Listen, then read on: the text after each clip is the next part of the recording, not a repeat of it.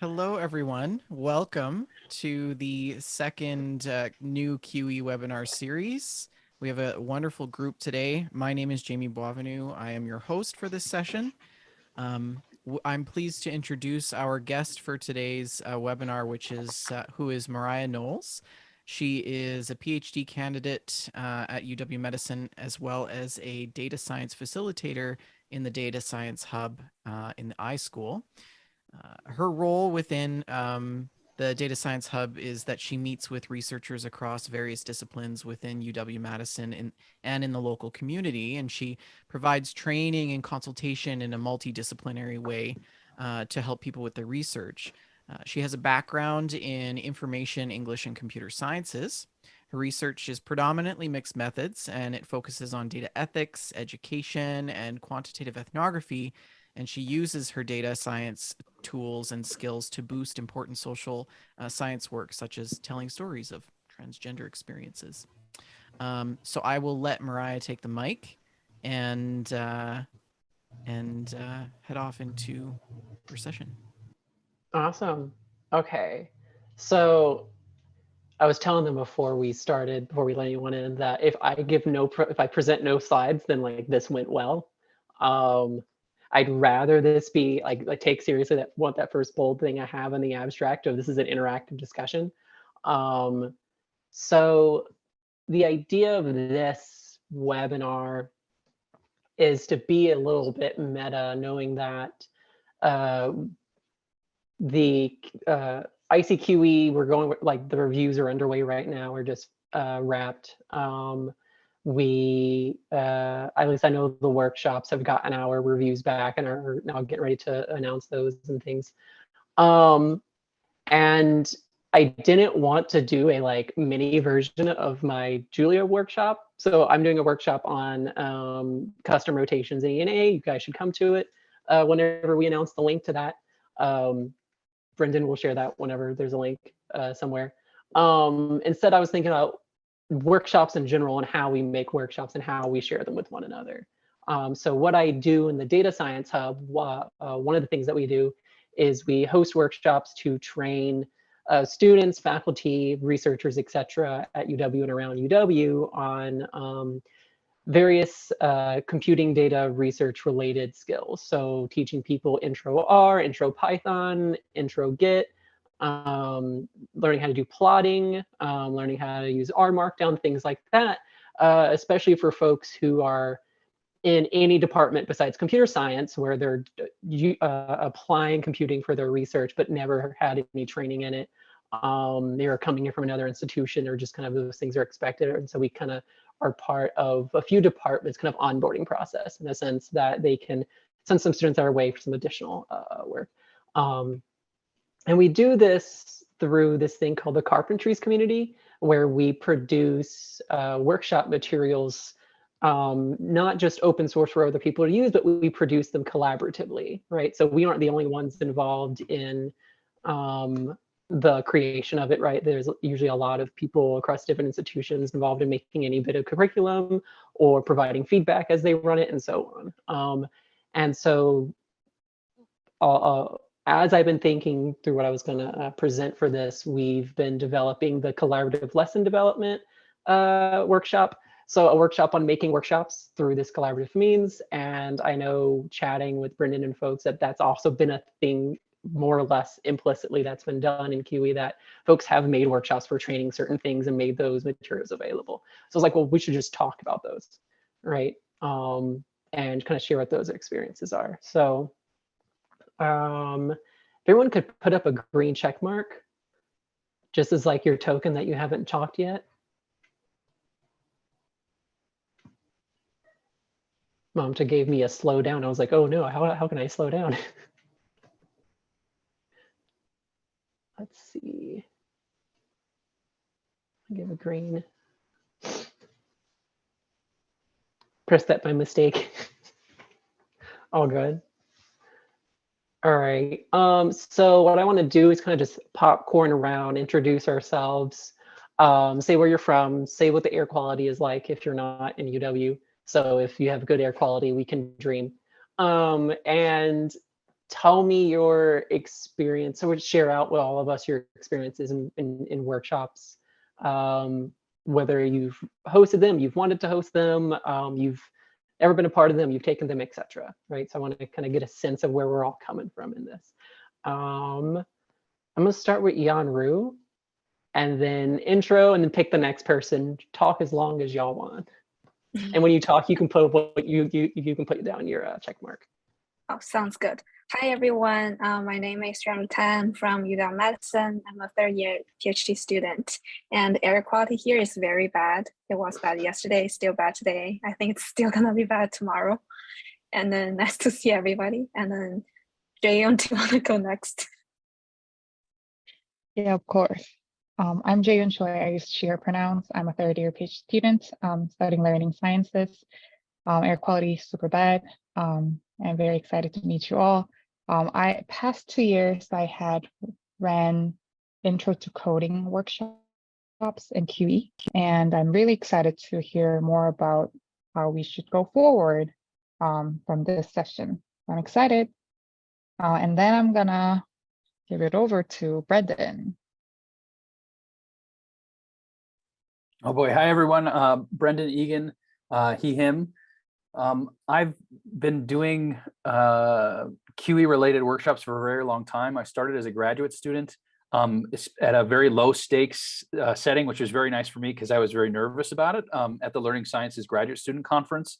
And it was a good place to kind of try out different approaches. And I got to do that with Goal, who's on the call, and a few other graduate students. And then we refine and reflect on stuff and share materials with each other. And then I've been running a bunch of kind of workshops and events at conferences and otherwise since, like, for probably the better part of a decade. And I've been really lucky to work with other people. Like I got to run one with Rogers, for instance, and I've gotten to run one with Yuan Ru and Jaeyoung. And so it's something I really like to do.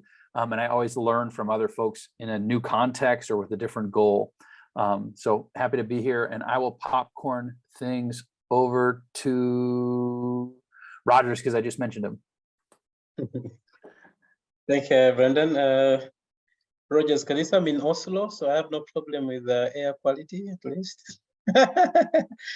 So nice to see all of you. So I'm a postdoc at the University of Oslo, working on a project using multimodal learning analytics. I've been part of the QE for quite some time, since the first conference in Madison, so I've been following events, and I'm still happy to continue following and see the community expanding in different ways.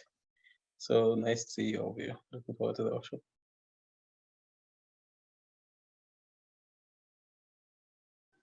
And who are you sending this to? Yeah, I have to send it to Andrew. Okay, and when you're done, you can put down your check mark. Yep. Thanks, Rogers. Hi, everyone. Andrew Ruiz. I'm at the University of Wisconsin-Madison. Air quality is bad, as everybody has mentioned. It is definitely affecting my voice. I've done a handful of workshops on QE topics, mostly in the digital humanities space. So it's great to see you all, and I'm excited to hear more from all of you. Let's go to Mamta. Do you want to go next?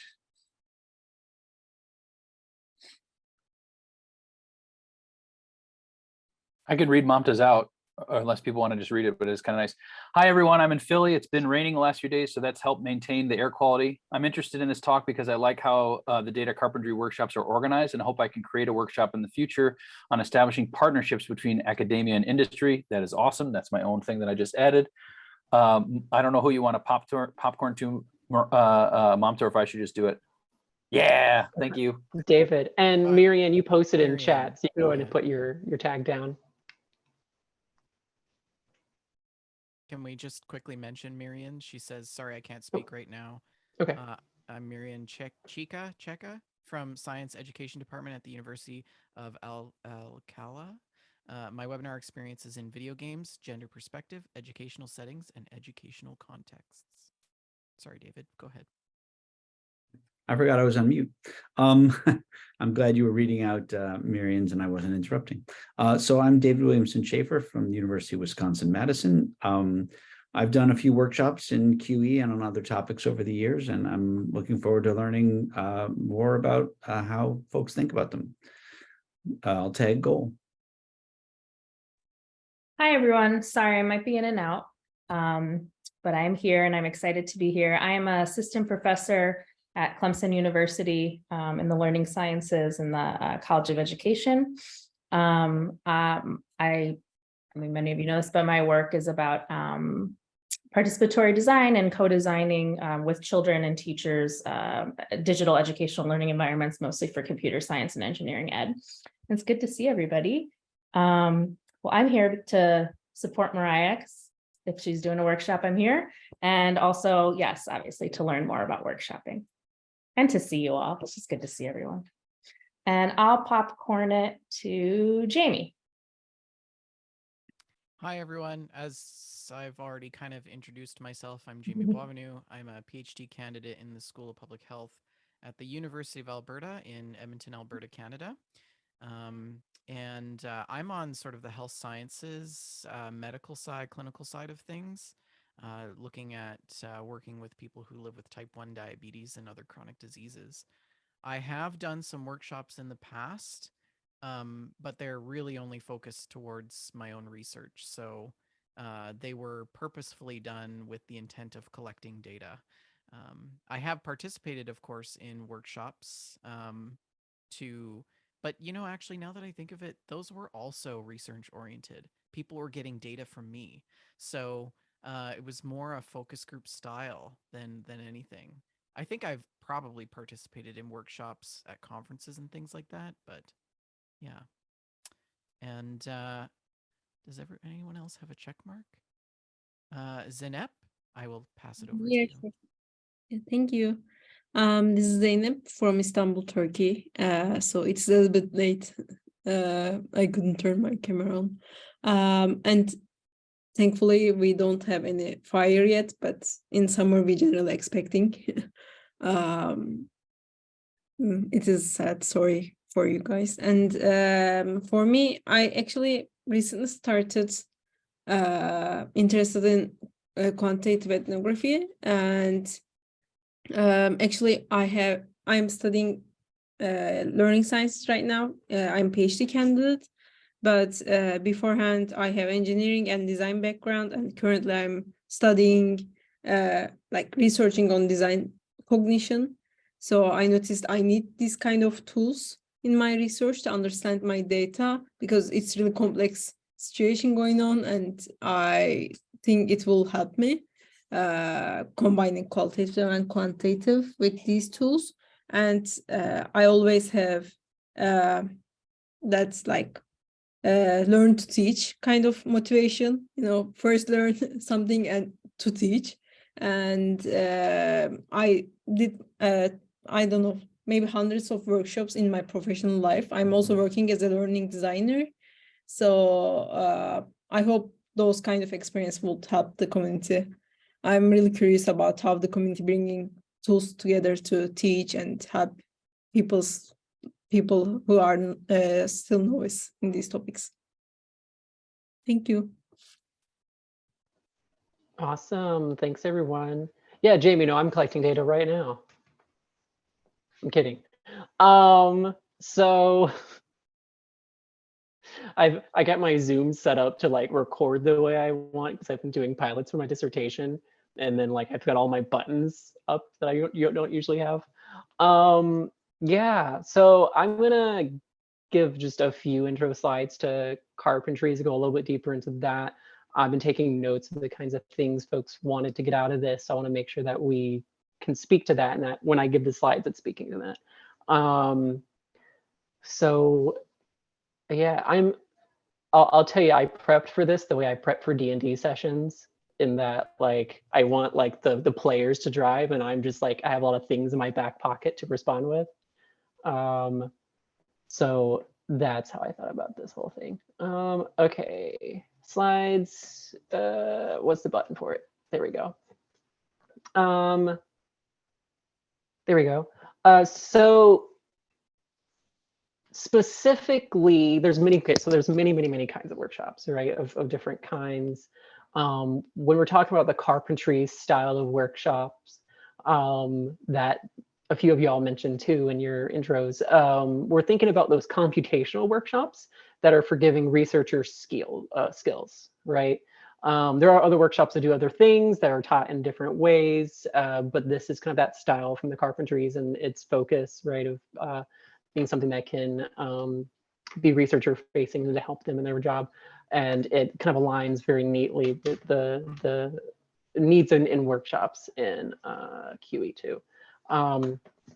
So what I do from like the Carpentries perspective, let's see, that was an old slide. Carpentries. So the teaching philosophy in Carpentries is that we're focusing on foundational data science skills. We're doing hands-on workshops. So we aren't just lecturing to people. We aren't just having it be like something that's driven by participants. The model that we use most often is live coding, where there's an instructor working through a project with the students in front of the classroom, but going slow enough that they can keep up and explaining what they do. And then the learners can follow along on their own machines. And so that when they leave, they have all the code that they've written themselves, right? The idea being we want them to feel like they've accomplished something tangible early and often. All of this is founded on some set of best practices that we're going to go through, or there's links to where we can go through it for research audience. And it's, let's see, I mentioned live coding and that the lessons are developed through a community.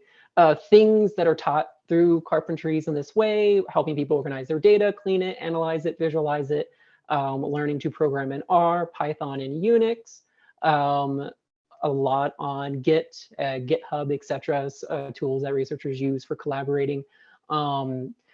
We haven't done Docker in a minute, I don't think. I think we're starting to revise that one since Docker has updated their funding model. We do stuff on SQL. I was supposed to teach that a few weeks ago, but I caught COVID. And I was really sad because like I love teaching SQL. And we're doing more now with machine learning and artificial intelligence. The way it works, the staff in the classroom involves three kinds. Well, there's a fourth one called the host. As the host, what we do mostly is make sure catering happens and are there in case someone has like a code of conduct thing to report, and we like take notes, right? So thank you, Brendan, for hosting and taking notes for today. Make sure everything was catered. But the observers are people who attend a workshop in our model here at UW for free. The idea being that they've kind of made that step from I want to be a learner to I kind of want to be that in-between learner and being staff. They'll watch, they'll take notes. They'll not really take on much burden of helping other learners, but they're really there to, thank you, Jamie. They're there to observe, take notes, let us know kind of what things can be improved and so on. Helpers will usually in person have a few helpers floating around the classroom. Students will raise up a red card that says, hey, I need help. Helper can combine helping with it. Usually it's a typo in some command they ran. If it's not that, it's a looking for a file by the wrong name or in the wrong directory. 90% of the time, it's one of those two errors, but whatever the error is, they'll come by quickly and try and help them catch them up. That way, the instructor doesn't have to pause often and is able to keep the pace for the rest of the folks. If we see a lot of red things go up at once, then we'll stop and address whatever the common issue is. And then the instructor leads the hands-on live coding in the front. And that's the format that we use online. It's a little different. We'll have folks put up like a red check, the red X, say, hey, I need help. And the helpers and them will chat in chat and try and diagnose it that way, or maybe even go into a breakout room. We haven't experimented with a hybrid format, but I know the libraries here at UW has, where there is a Zoom, like this, a Zoom call where the instructor is teaching, and a room on campus where learners can go to kind of be part of the Zoom together, and then have an in-person helper. So that's a hybrid model that the libraries has been experimenting with, but those roles are there regardless. So teaching it, what does it mean to teach it? We have all of our lessons material open source online, hosted on GitHub. Some teachers teach by just starting at the top of some lesson materials and going through it, right? Depending on the time that they have, it may be better for them to know their audience, know the format, know how much time they have to actually run the workshop at their university, and kind of build their own lecture notes based off of it. If that's the case, we actually love to hear back from them about what was cut, what was useful, what was delivered well, and so on. So we can kind of continue to get that feedback from how these workshops are run broadly, right? Because these are shared across institutions. Let's see, they're built into the lessons are activities that other folks have written that they're free to say, hey, you know, now's a good time to check in with learners. Here's like a challenge for them, right? I've seen some audiences respond really well to like younger undergrads who are just out of high school respond really well to several challenges and receiving stickers as like motivators, whereas like a little bit older of an audience doesn't, right? So you really have to know your audience for what's gonna work for them. But built in the lessons are those kind of check-ins and some challenges that you can use, and folks are always welcome to propose more and stuff. I wrote down, someone said the phrase like teach to learn and learn to teach. We definitely encourage folks to teach something that they themselves just learned. That's sometimes useful because they have a better understanding of that learner mindset on it, right? They don't have that expert awareness gap, being someone who's taught SQL for 30 years, right? My alarm's gonna be going off every 10 minutes. We definitely welcome folks to come in, be an observer, be a helper, get a feel for the material, and then begin teaching it themselves, right? And kind of learning through teaching, right? Sometimes explaining it to someone else becomes the best way for you to understand it yourself, or even just organize your own lecture notes will help you frame your understanding better. Let's see, what else? Okay, that's all my notes on Carpentries specifically, just to give some more context to what that is. It's like, so because a few of you knew it, a few of you didn't. I'm gonna give a heart to Jamie's thing here. There was a few folks who mentioned wanting to know how other folks think about their workshops. So I'd like to just hear from folks about how you run workshops, kind of what your experiences have been a bit more specifically, right? I've been talking for like 20 minutes straight. I feel like I want to like pass the mic. I'm not going to do check marks, but if someone wants to share anything about workshops you've run, if not, I'm just going to call on David.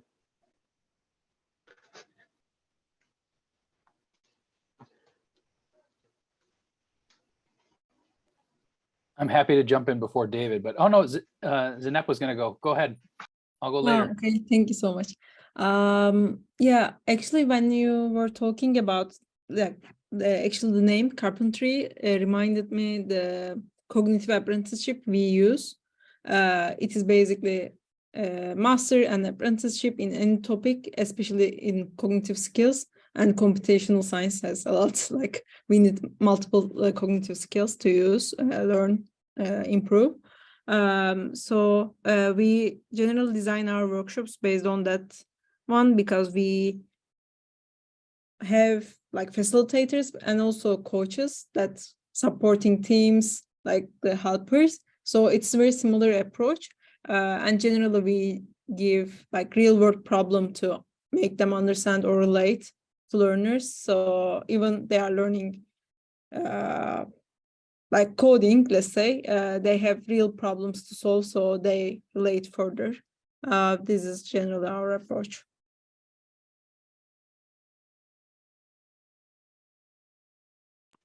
Awesome, thank you. Also, thank you, Brendan, for still having notes. Yeah, trying to. That was a cool connection to hear about, and that makes sense to me. I think one of the things that I've tried to think a lot about in terms of doing workshops is how to best use people's time and actually think about what happens before and after the workshop itself. So typically I like to spend a lot of time, if possible, prepping with the attendees, even if it's a subset of them, so that we have something that's authentic to at least some of the participants that they're like interested in. And that's been pretty effective. The challenge is that the costs can be kind of high, right? Like if depending on how many participants you have and how much work it takes to format or code data, which is like often what we need to do some of the more active analytic pieces of an analysis, and maybe also where I think a lot of the growth and learning and reflection comes from. That can be a fairly tall ask, but when the participants or learners and the facilitation team have invested in doing that, it seems to have led to much better learning outcomes.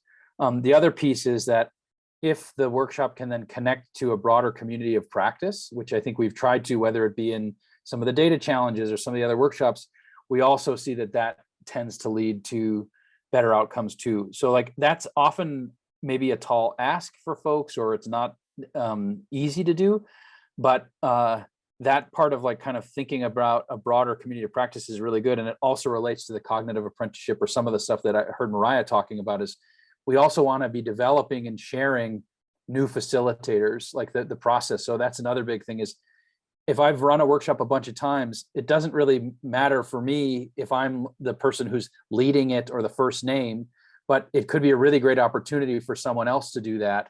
And I often learn from how other people do stuff. Like I'm thinking of one of the last ones I ran with Yuan Ru and Hazel, who's not here, but they did some things in different ways that I'd never seen before. And so then that helped me learn how to be a better facilitator, and also kind of keep in my playbook other stuff, even though I'd had more experience doing it. But like, turns out both of them have done teaching and instructional design and have their own great set of expertise to bring to bear. And so that was kind of cool. So those are some of the big things that I think about in terms of trying to do QE workshops.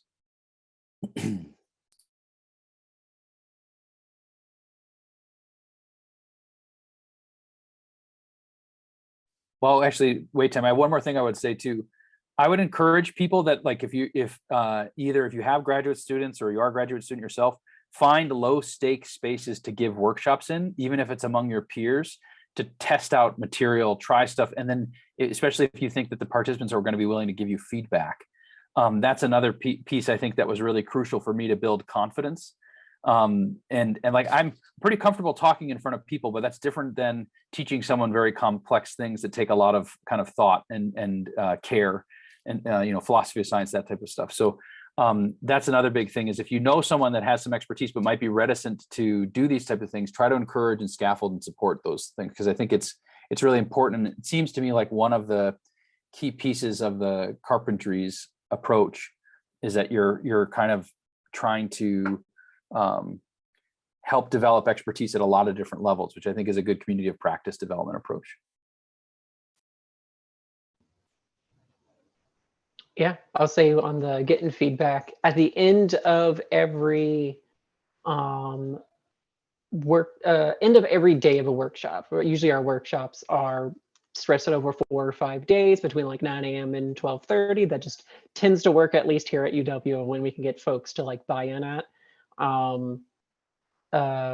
Sometimes we'll offer them at slightly different times or whatever, depending on the audience. But at the end of every single one, there's always like sticky notes, whether physical sticky notes or like virtual ones, where we say, hey, on this board, put what worked, like what you liked, and over here, put the like room for improvement. And then the host grabs all those, distills it down. We give it to an hourly undergrad. Right now it's a master's student who will like actually transcribe this. We actually have the entire history of all the feedback we've ever received and who received it, at least since we started recording that. I will say the number one thing is pacing, right? Every single bit of feedback, someone says you went too fast and someone else said you went too slow, but it's just like which one comes out more. But yeah, anyone else want to share? Well, I can build on that actually, because I think, oh, sorry, Rogers, I didn't mean to cut you off. I was just following from Mariah, but I'm happy to wait. No, that's fine. They can come later. All right. So what I was going to say is that I've taught for my whole career, really. And so a workshop is obviously just a form of teaching, but one of the things that I think is very challenging about it is that you are tending to, you have people at many different levels of experience and expertise. That's true in a classroom too, but in a classroom, at least you have a longer period of time over which to, if not smooth out, at least accommodate some of those different needs in terms of pacing. So that's always one of the big challenges in the workshop, is how to figure out how to get somebody to have a good experience at multiple levels of expertise. Often that's handled by having a lot of backfill. So you have a lot of people who can, hold one person's hand while another person is racing ahead.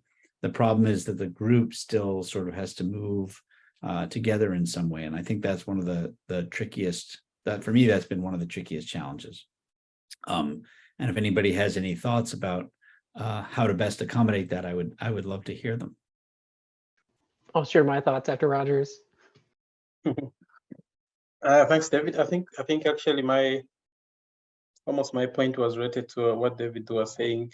At least the first time I tried to run like a QE kind of a workshop, at least at the University of Oslo, where most people were not, like, they wanted to know how it works and like trying to take them through. And it was a mixture of groups of students who, some people have heard about ENA, others just heard about the book, about QE, and others. So there were like different levels. Others have tried it, others have not. And like pacing them and finding the right balance of what to focus on and not, that was a bit challenging, especially if you are running it alone. And like someone says, okay, I came with my data. Can you show me how to do this? And maybe just like when you're running a computer class or computer science class. So I think, as David says, I think it goes back mainly to resources, because where possible, for example, if it's at a conference, I think it's advisable that you have a few hands in the room to actually run around. Otherwise, if you're trying to facilitate and then someone else says, oh, I can't do this, or I can't do that, then you realize the whole thing like goes very slow, and maybe people are more, they have better knowledge about the tool, will get a little bit annoyed because things are so slow. So I think there is no easy fix, but I think, it could be up to resources that you are able to get in the room, so that some people can provide a lot of help around.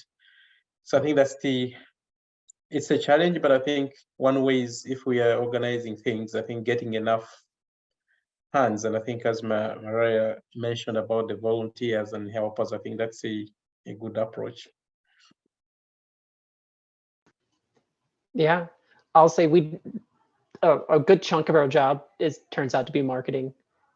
Just make sure folks are aware of workshops and aware that they can come teach them and so on, and being able to articulate clearly to folks what the value add for them is to volunteer for us, besides just please come volunteer for us, we need labor. But like, hey, if you're a graduate student who wants more teaching experience on your resume, come volunteer for us, right? If you're new faculty or whatever, or if you just have a love for science or whatever, please come to us. But we're talking about the varied background problem a bit here. One room schoolhouse problem, is that how you called it, Brendan? Yeah, I think of like the prairie schools. This actually reminded me of, I forgot another thing that actually Jaeyoon and Rogers and Hazel and Ha did, where Sylvia and I were kind of like helping facilitate at a high level, but actually the four people that I just mentioned were actually like running kind of an intensive training in QE. I think, so I'm trying to remember the time frame it was over. Was it over a month or a week? What was it? Time is weird. It was about 4 weeks. Yeah, long. that's what, yeah. And so like we spent a lot of time talking as kind of an instructional team. And one of the things that stuck out to me too is kind of the pedagogical content knowledge, because all four folks had used QE approaches in their own work successfully, I think had good handles on things. But then the thing we kept coming back to is how hard teaching some of this stuff is, to like make our thinking explicit. And so that was like another piece that I really valued, was either being challenged to try to externalize my own pedagogical content knowledge, but also to appreciate others approaches was really a cool thing. But we intentionally gave ourselves, because we had this 4-week period, we gave ourselves time to like give each other feedback, talk about what worked well, refine things. And like, I think all 4 of the main facilitators were really good at like incorporating feedback. If one person saw something and then we reflected on as a group, the other person then took those lessons on and implemented them, which also I think made a big impact for the learners. Is like, well, the one, we're being responsive to them. But that's another thing that's worth considering when, I mean, I don't know how other folks have dealt with this, but that aspect of like what it is to be able to teach something versus what it is to know how to do it as being very different things. Obviously they're related, but giving yourself structure for that, like as you're doing either sort of the cognitive apprenticeship model or having a more distributed one, carving out time for that, I think is really a crucial thing. And I think it worked well for our group when we did that. Yeah, up until this year, I've taught summer camps every year because it paid the bills during the summer. And I now make enough that I don't have to do those.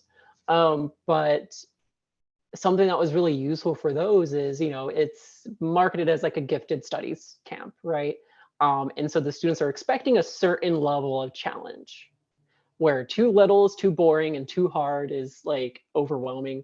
And so on their exit tickets that, we were given from the admins, right, little print-offs that the EAs, not TAs, the EAs would hand out, they had like a number scale from like 1 to 5 or 1 to 10 or something, and they were supposed to circle like what the challenge was for the day, which was useful for me to go, okay, like those first few days of like a 2 or 3 week camp, I could like try out things with the understanding with the students that like we're here to gauge that challenge level and to figure out kind of where students are at learning, like who the individual students are and so on, which you have the benefit when you have those longer things, right?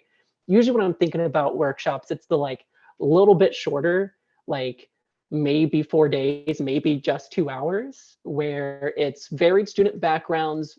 You don't have a formative, a summative assessment at the end, right? Or no meaningful one. And oh, awesome. Okay, we'll come back to Roger's comment. And the it's short, right? You don't have that time to really course correct as much as you would like in a larger format. And you have, because it's so constrained, the pacing is kind of worrisome.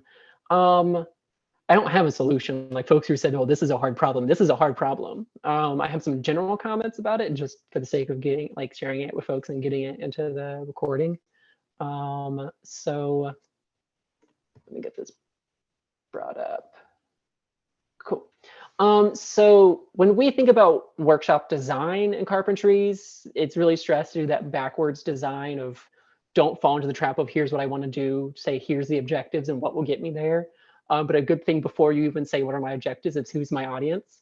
So that's really all I wanted to show on this slide is like think about your audience for sure first. And if you realize that your audience might be very split, maybe have more than one workshop for different levels, right? It's just to think about what you can do, and you'll iterate through this several times, but make sure you're thinking about your audience early and often. Let's see, no. So I mentioned that we don't really have time to do summative assessment at the end, or if we do, it's not meaningful. Really, the focus on when we're doing assessments, it's those formative ones, those check-ins along the way.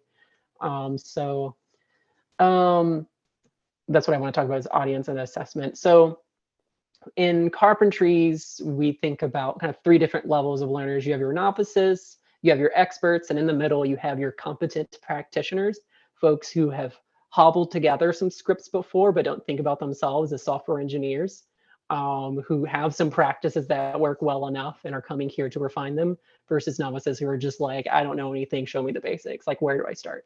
Let's go. Oh, bye, Rogers. Okay, so novices really benefit from that slower hands-on kind of tutorial style thing, whereas the next tier up might benefit more from having those challenges along the way, right? But also a younger audience, like high schoolers who are very eager, also benefit from having challenges along the way. So when you're thinking about or maybe talking with or surveying your audience, you can think about what's their background, what they already know, what do they actually want out of the workshop. If you can ever figure out what people want from your workshops before you run it, that's great. I'm glad you involved folks, Brendan, like as you were doing it.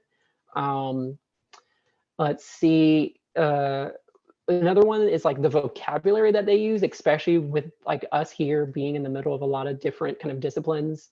Like we call it rotations in ENA, but like it's also called dimension reduction elsewhere, and so on. So different vocabulary along with different kind of thought patterns and how we like think through problems, right? If they're coming in, for us, we're talking to folks all across campus. If we can know what they're coming in with, that can help us. Sometimes we'll design a data carpentry, something for teaching like spreadsheets and so on, with genomics specifically in mind, right? The core skills are the same, but the examples we give are from their field, right? So it's kind of more tailored to them. And this is with that like middle ground of having them bring their own data. Having them bring their own data usually requires a little bit longer of a thing or a higher expert audience coming in. Let's see. Oh, and if you know what your audience is going to be, actually publish that and describe what you want them to come in with.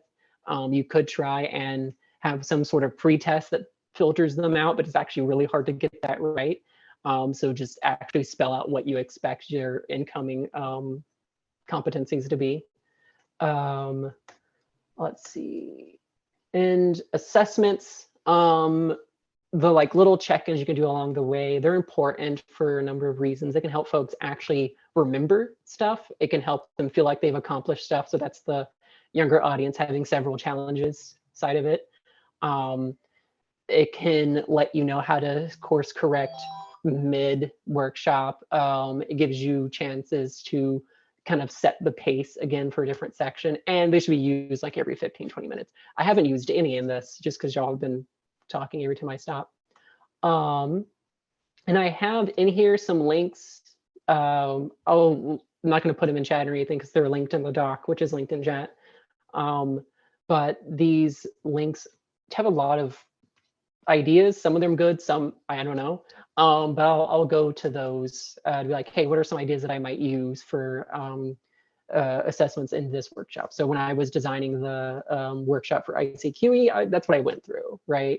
Along with a few other things, going like, what's out of these 100 ideas can I act like, what 3 are going to help me, right? So it's good sometimes to just have a list of ideas. I feel like I've been talking for 5 minutes. How do y'all approach the like one room schoolhouse problem? You have learners from different backgrounds / what are the kind of formative assessment like check-ins, activities, etc., that you found useful either as a workshop teacher or a workshop learner?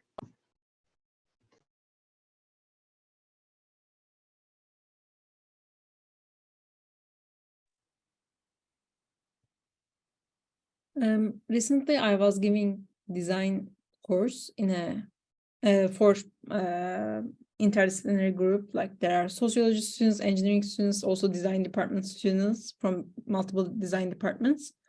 And what I was using at the end of each session, they were filling reflection, like open-ended questions. But one of the questions is always like, if you were a like facilitator or teacher, how would you assess or what feedback you gave? Like it's helping them to reflect, like thinking about how well or what they did in that session, but also like what they see, what I want to notice about their work, you know, because like in that crowd, I might missing or I may focus on different things. Like for me, it can be different factors in that session, but they might be in the different steps of the design process. So reflection and open-ended questions generally helps, and they are providing a lot of rich data because you have like interesting things you never notice when you are observing, because like I have 30 students and 5 groups. They are working in breakout rooms, so there are many things I can't track at the moment. So it's generally helpful.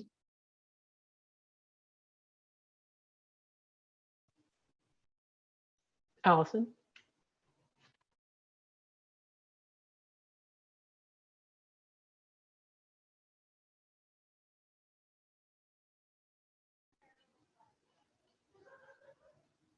Did you mean to raise your hand, Allison? Okay.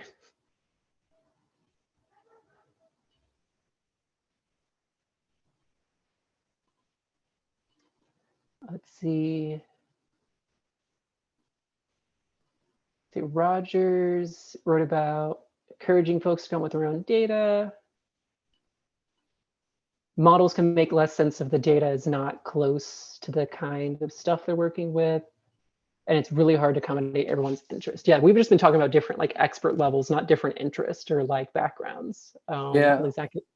I'll chime in if Allison might be typing with her contribution, so I'll mention something while that's happening. One of the things that I try to do is if the workshop is small enough in size, have a fairly good mental model of the perspective that someone's coming from and what would be like growth or a win state for them, and then focus there. And I usually try to externalize my best guess as to what that is. So I'll say something like, is this kind of what you're trying to do? Is it like, would you like to do this? Is this like a, is this a good guess of where you might want to go? And then it can be a little bit more of a co-constructing thing, but I want to think about what perspective is this person coming from? Like, I think in QE, you often have people coming usually from more predominantly trained in, more qual or quant perspectives. And so sometimes that's, I think, Mariah, you made a point earlier about like, what language do people use? Are we talking about a means rotation or like a dimensional reduction, right? But similarly, there's other pieces of like things that people tend to go to. And then I try to just make that clear if I can, to say like, okay, this is what I think would help someone make progress. We don't have to have the same outcome or win state for everybody. Depending on what you're doing, you could have different ones. Some like a good example is if someone has their own data, you might get them to something that's a publishable result. For other folks, you might just be getting them to see how they would need to update the formatting of their data or the coding of their data to enable them to move closer to results. All of those can be great outcomes.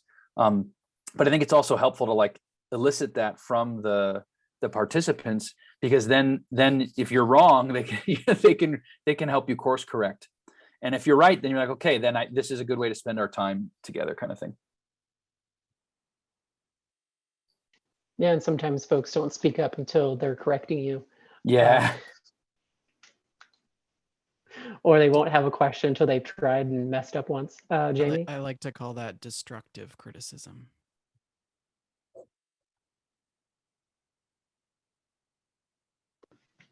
Sorry about that.